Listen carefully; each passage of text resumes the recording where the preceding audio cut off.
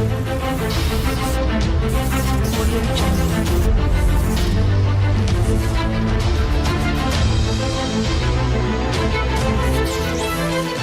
is a Jedi Sense Able Solutions video, bringing the truth, wherever it is.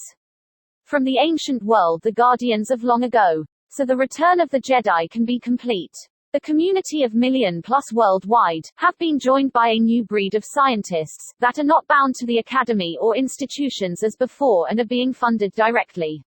Together they call themselves the Alliance. Allied to bring balance back to the world.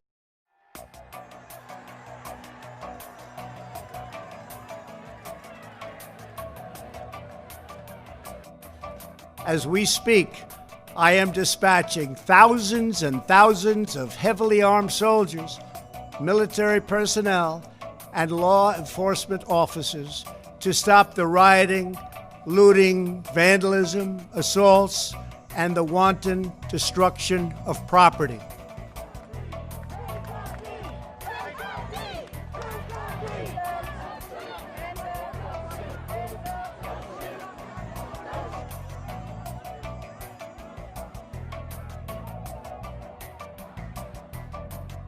If a city or state refuses to take the actions that are necessary to defend the life and property of their residents, then I will deploy... Every day they're printing 125 billion. Every single day. And they're going to print more and more money, which means savers are losers, just as I predicted. Your money is going to be worthless in a few weeks. Fact on fact, drawn from 2 centuries of data and embedded in prose that can suddenly explode like a supernova in the brain.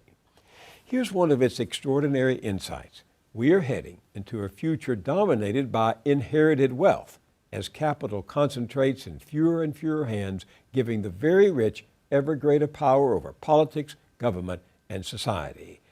Patrimonial capitalism is the name for it, and it has potentially terrifying consequences for democracy.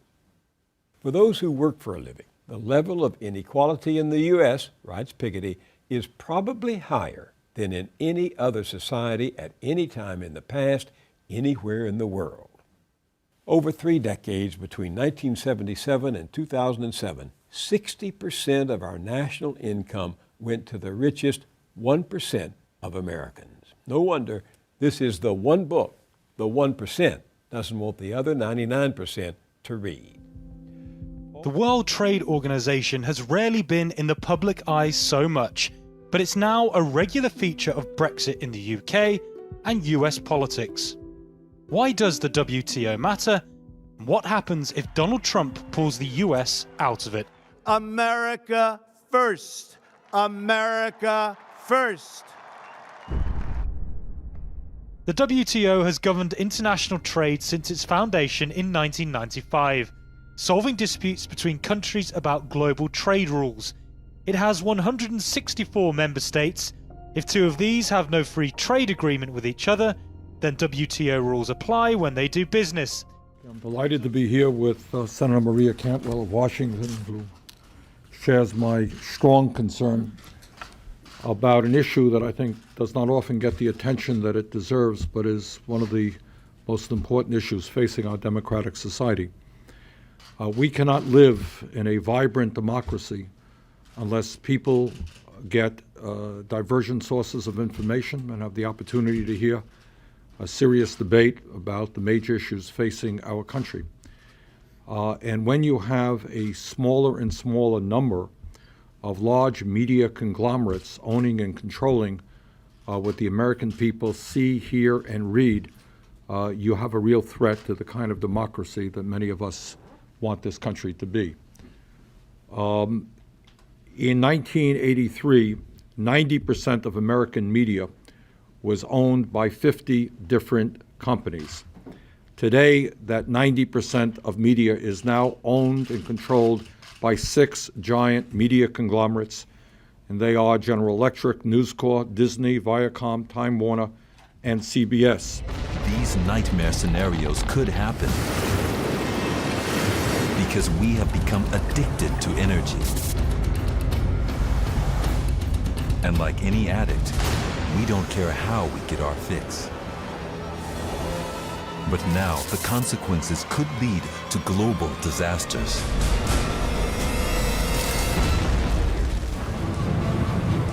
Rapid global industrialization has helped create global prosperity. But it also has addicted the world to fossil fuels, now poisoning and warming our planet. In the next 20 years, we'll need 60% more power to satisfy the new emerging global economies. But what will be the source of that new power? Fossil fuels? Nuclear? Hydroelectric? Each has advantages and risks. Huge trillion-dollar infrastructure built to support it. But the world's oil reserves are fast running out. We may already have passed the peak of production.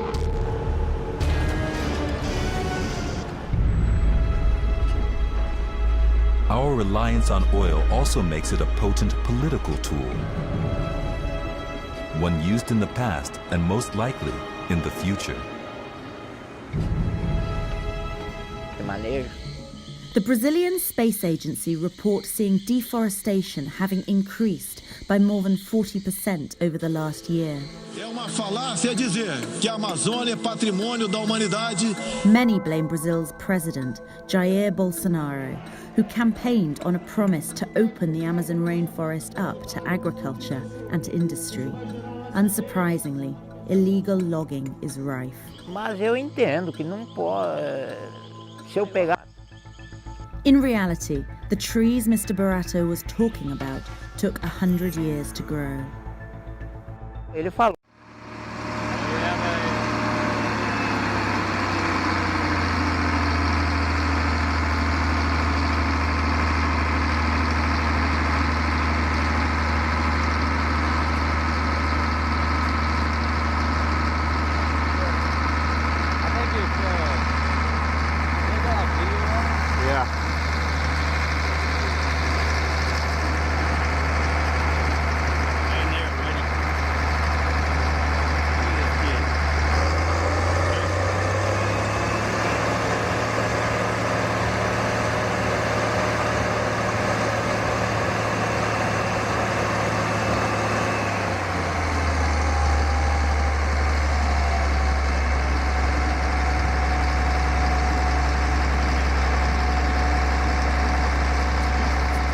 What if the Bible is not the Word of God?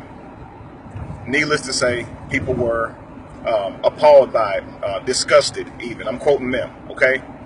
They say they've seen me preach, they have seen me cry, they have seen me minister, they have seen me with my hands raised, loving Jesus. And that's true. I was a preacher, I was a minister, I was a dancer, all these things. I was a gospel rapper. But if I can do all these things and you witness my sincerity while I was doing these things, don't you think I must have came across something sincere? Something that's so valid that it shook my belief, even when I didn't want it to. So you say you're going to pray for me. You don't think I've prayed? You don't think I begged this Jesus I grew up believing in the Bible? Okay? I now know that without a shadow of a doubt, the Bible was manufactured for control.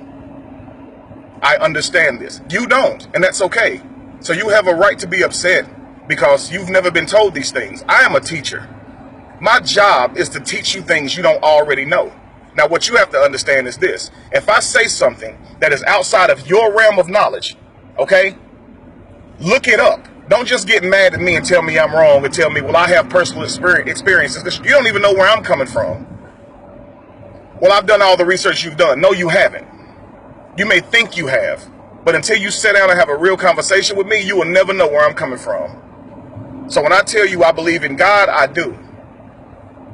But when I tell you I don't believe in the Bible or any character in the Bible, all of them are fake. All of them are manufactured. None of them ever existed historically. Now, understand where I'm coming from, because I'm trying to make this video short. On one platform, you have literature, spiritual literature.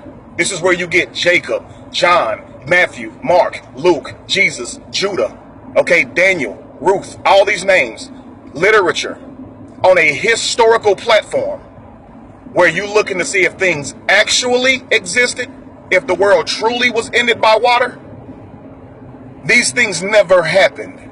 So what we're reading in this book are not things that correspond with his story. I gave up between $30,000 and $60,000 a month, and I could go back to porn today and still make that. I could go back to porn and make $20,000 just in 1 week if I wanted to this week, and I don't, because that's how much I don't want my photos on the internet.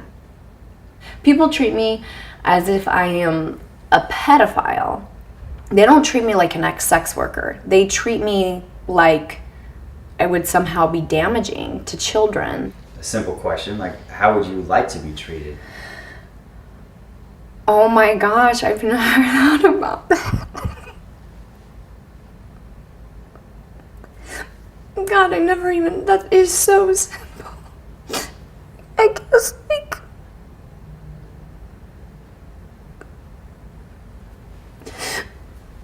I would,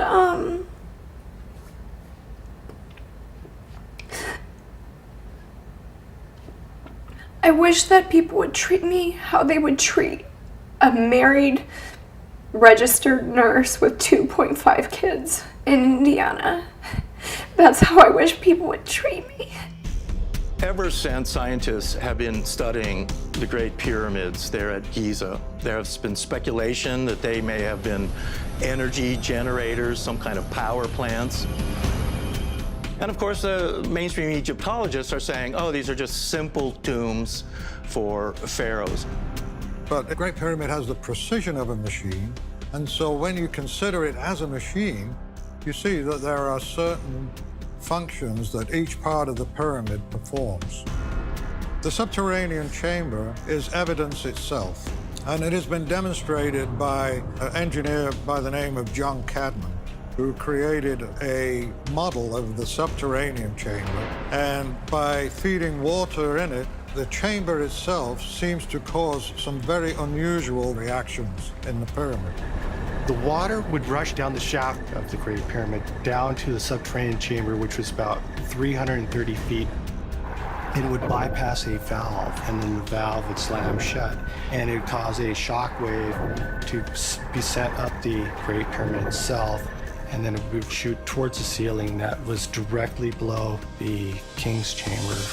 And has inspired endless speculation as to how it was built and what purpose it served. Ever since the first studies of the Great Pyramid in Egypt have been made, researchers have been amazed at the mathematical knowledge that is encoded into the Great Pyramid, the measurements that are used in it. Even the placement of the Great Pyramid has aroused great interest among Egyptologists. The Great Pyramid is aligned to within 3/60ths of a degree of north, a more accurate alignment than any other structure on Earth. Looking at the architecture of structures from ancient Egypt stimulates a sense of wonder. Clearly, Egyptian monuments rival the grandeur of our most modern buildings today. Yet we are taught to believe that we are the ones with knowledge of high technology, something the ancients could not possibly have had. As long as we think that the ancients weren't able to use high technology, then we're not looking for it. And yet, the evidence is right in front of our eyes. We find megalithic sites everywhere around the world. So there's certain things in common that they all seem to know, and we don't know it. Yeah, a lot of people are trying to figure out why mankind built these structures out of these huge megalithic stones. We don't even know how to move 200, 300-ton stones very well today, let alone 4,000 or 5,000 years ago. The Egyptological explanation is that it is multiple hieroglyphs overlapping from distant kings' inscriptions.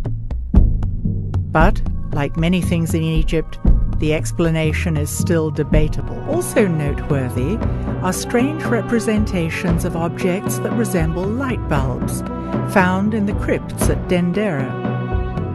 There was no natural light inside these underground crypts, but we see no soot from torches or oil lamps, the only lights we know the ancients used. Could the ancient Egyptians have had their own source of electrical power? If nothing else, the ancients had to cut, move, and lift massive stone blocks that would challenge our engineers today. What was their secret? We automatically assume that ancient structures are for ceremonial and religious purposes.